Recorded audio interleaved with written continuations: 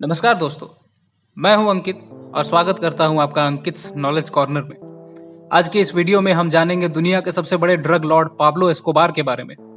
एक ऐसा आदमी जो कारण बना लगभग 60,000 मौतों का 1970 से 1990 के दशक में। अगर आपको वीडियो पसंद आए तो लाइक और शेयर करें और हमारे चैनल को सब्सक्राइब करें। दुनिया के एक गरीब कॉन्टिनेंट दक्षिण अमेरिका के एक गरीब देश कोलंबिया के एक गरीब शहर मेडेलिन के एक गरीब परिवार में जन्मा एक लड़का दुनिया का सबसे अमीर आदमी बन गया, जिसकी कमाई 1990 के दौर में रोजाना 80 मिलियन डॉलर थी। पाब्लो एमिलियो एस्कोबार गवेरिया का जन्म 1 दिसंबर 1949 को रियो नेग्रो एंटीगुआ में हुआ। वो 7 भाइयों में से तीसरे थे। उनके पिता एक किसान और माँ एक टीचर थी। एस्कोबार एक ऐसे व्यक्ति थे जो वही करते थे जो उन्होंने मन बना लिया। 1966 में हाई स्कूल उन्होंने छोड़ दिया। 2 साल बाद वो अपने चचेरे भाई गुस्तावो गवेरिया के साथ लौटे। उन 2 वर्षों में मेडेलिन की सड़कों ने एस्कोबार को एक गैंगस्टर बना दिया था। एस्कोबार को अपने शिक्षकों के कारण फिर से स्कूल छोड़ना पड़ा। इसके बाद उन्होंने हाई स्कूल डिप्लोमा बनाने जैसी आपराधिक गतिविधियों में खुद को शामिल कर लिया। एस्कोबार के अपने लिए बड़े सपने थे, इसलिए उन्होंने एक आपराधिक वकील और एक राजनेता बनने और अंततः राष्ट्रपति बनने के लिए कॉलेज में पढ़ाई शुरू की, लेकिन पैसे की कमी के कारण उन्हें कॉलेज भी छोड़ना पड़ा। मार्च 1976 में 26 वर्षीय एस्कोबार ने मारिया विक्टोरिया हेनाओ से शादी की, जो 15 साल की थी। इस रिश्ते का हेनाओ परिवार ने विरोध किया, लेकिन यह जोड़ा भाग गया। उनके 2 बच्चे हुए, हुआन पाब्लो, जो अब सेबास्टियन मार्क्विन के नाम से जाने जाते हैं, और उनकी बेटी मैनुएला। किशोरावस्था में एस्कोबार ने नकली डिप्लोमा बेचने, स्टीरियो उपकरणों की तस्करी और फिर से बेचने के लिए मकबरे की चोरी जैसे अपराध में अपने जीवन की शुरुआत की। बाद में उन्होंने कार चोरी करना भी शुरू कर दिया था और इसके लिए 1974 में उन्हें गिरफ्तार भी किया गया था। जैसे ही कोलंबिया में कोकेन का बिजनेस बढ़ता गया, एस्कोबार नशे की दुनिया में उतरते गए।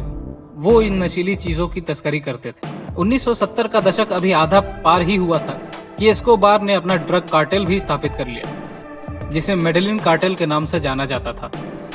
उनके उल्लेखनीय भागीदार में हुआन डेविड, हॉर्हे लुइस और फेबियो शामिल थे। एस्कोबार संगठन का प्रमुख था। 1980 के दशक में मेडेलिन कार्टेल कोकेन व्यापार पर हावी था।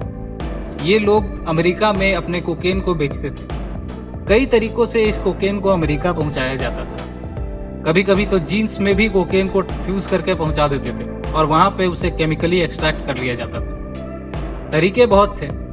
एस्कोबार ने रूस से 2 सबमरीन्स भी खरीदी जो रिमोट कंट्रोल थी, और इससे भी वो ड्रग पहुंचाते थे अमेरिका तक।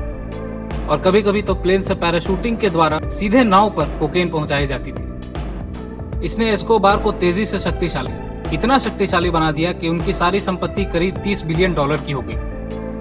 उनके पास 7,000 एकड़ की संपत्ति थी, जिसे हासिएंदा नेपोलिस भी कहते थे। इस संपत्ति की कीमत लगभग 63 मिलियन डॉलर थी। इसमें एक फुटबॉल का मैदान, डायनासोर की मूर्तियां, कृत्रिम झीलें, एक बुल फाइटिंग अखाड़ा, एक हवाई पट्टी और एक टेनिस कोर्ट भी था। संपत्ति में एक निजी चिड़ियाघर भी है, जिसमें अन्य जानवरों के बीच जिराफ, दरियाई घोड़े और ऊंट भी रहते थे। इसके लिए उन्होंने गरीबों के लिए काफी सारे काम किए, जिससे उनकी तुलना रॉबिन हुड से भी हुई। इससे उन्हें 1982 में देश की कांग्रेस में वैकल्पिक सीटों के लिए चुनाव जीतने में भी मदद मिली। इसके बावजूद एस्कोबार अपनी क्रूरता के लिए मशहूर थे। उन्होंने प्लाता ओ प्लोमो की राजनीति अपनाई, जिसका अर्थ था सिल्वर और लेड, यानी रिश्वत या गोलियां। एस्कोबार की क्रूरता का शिकार राइवल ड्रग कार्टेल, सरकारी अधिकारी, पुलिस और नागरिक भी हुए थे। 1989 में कार्टेल ने एक प्लेन पर एक बम रख दिया था। ऐसा उन्होंने इसलिए किया क्योंकि उन्हें पता चला कि एक इन्फॉर्मेंट अमेरिका भाग रहा है। इसमें 100 लोगों की मौत हो गई। इसमें 2 अमेरिकी भी शामिल थे। अमेरिका ने एस्कोबार की गिरफ्तारी की धमकी देना शुरू कर दी और कोलंबिया को अमेरिकी आदेशों का पालन करना पड़ा। इसके प्रतिशोध में एस्कोबार ने कहा कि वो अमेरिका में जेल की कोठरी के बजाय कोलंबिया में कब्र पसंद करेंगे। जून 1991 में एस्कोबार ने कोलंबियाई सरकार के सामने आत्मसमर्पण तो कर दिया, लेकिन ये दिखावे के अलावा और कुछ भी नहीं था। कोलंबियाई सरकार ने एस्कोबार को एक आलीशान जेल बनाने का अधिकार दे दिया। इस जेल का नाम था ला कैथेड्रल। इसमें एक नाइट क्लब, सौना, जलप्रपात, एक फुटबॉल का मैदान भी था। इसमें टेलीफोन, कंप्यूटर और फैक्स जैसे मशीनें भी थी।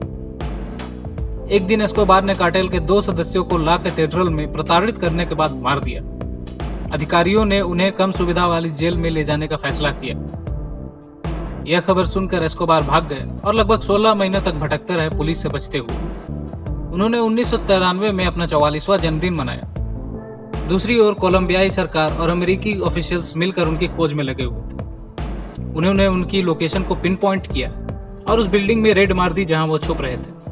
इसके बाद एस्कोबार उस बिल्डिंग के छत पर भाग गए और वहां पे गोलीबारी शुरू हो गई। गोलीबारी के दौरान एस्कोबार को छाती और पैर में गोली लगी और जब उनकी लाश मिली तो उसके कान के सामने भी गोली लगी हुई थी। ये देखकर लोगों ने माना कि एस्कोबार ने खुद को गोली मार ली और इसी के साथ एस्कोबार की कहानी का अंत हो गया। एस्कोबार की विरासत विवादास्पद बनी हुई है। कई लोग उसे जघन्य अपराधी मानते हैं तो कई लोग उसे रॉबिन हुड के रूप में देखते हैं। उनकी हत्या पर कोलंबियाई लोगों ने शोक व्यक्त किया और उनके अंतिम संस्कार में 25,000 से ज्यादा लोग आए। इसके अतिरिक्त उनकी निजी संपत्ति हासिएंदा नेपोलिस को थीम पार्क में बदल दिया गया। खैर, एस्कोबार की कहानी एक तरह से प्रेरक है क्योंकि वो वैसे आदमी थे जिसने जो ठान लिया वही करेगा। दूसरी ओर हमने देखा कि वो एक अपराधी भी बन गए और अब पूरी दुनिया में अब तक के सबसे शक्तिशाली ड्रग लॉर्ड के रूप में जानते हैं। गरीबी लोगों को कुछ अजीबोगरीब चीजें करने के लिए प्रेरित करती है जो आपने कभी नहीं देखी होगी। कुछ वास्तव में विनम्र हो जाते हैं जबकि कुछ अत्यंत अत्याचारी हो जाते हैं। एस्कोबार इन दोनों का मिश्रण थे, लेकिन हम यह कभी नहीं जान पाएंगे कि उन्होंने अच्छे काम क्यों किए, राजनीतिक कारणों के लिए या फिर कोई और मोटिव था। इसी के साथ मैं विदा लेता हूं। फिर मिलेंगे अगले वीडियो में जहां मैं बात करूंगा और महान शख्सियतों के बारे में। देखने के लिए धन्यवाद। मेरे चैनल को लाइक और सब्सक्राइब करें।